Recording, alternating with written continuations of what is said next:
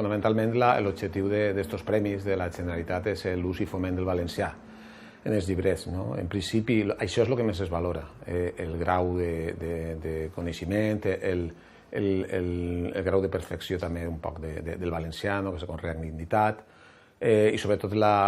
també la publicitat, que estigui en valencià, no només la part literària, és a dir, se persegueix que íntegrament el llibret estigui en valencià i en valencià el més correcte possible dins de les múltiples variacions, dialectals, etc. Tinguem en compte que és un premi innovador en la seva època, pioner, que el que intenta és, sobretot en el cas de la ciutat de València, és cert que en els pobles sí que havia més tradició, des dels anys 80, Xàtiva, Gandia, Alzira,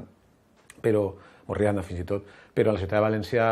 faltava un poc aquest estímul. Una part de l'origen d'aquest premi és també estimular la producció de llibres de qualitat en la ciutat de València. Després de tants anys és cert que s'ha aconseguit, sobretot perquè els fallers, qualsevol premi fa molt de goig i també se fa un acte, que al principi era un acte més limitat en la conselleria, però des que fa un parell d'anys se fa en la Biblioteca Valenciana, l'any passat se va fer en el Palau de les Arts, en una grandiositat i en una espectacularitat que el que vol és ratificar la dignitat, la dignificació del llibret. Per tant, hi ha una implicació, després això té correlats i té conseqüències, rèpliques, diguem-ne, com els premis de les lletres falleres, per exemple,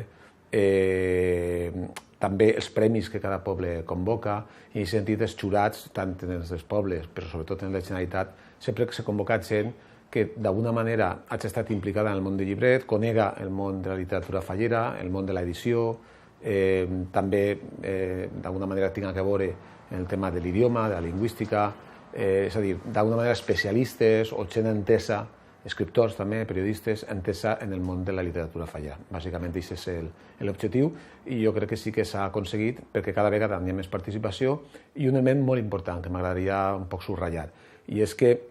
moltes falles que mai se s'haguera passat pel cap fer un llibre de qualitat, tant de pobles com del Cap i Casal, estem veient que en els últims anys estan apostant de manera modesta i a poc van escalant, van pujant els premis,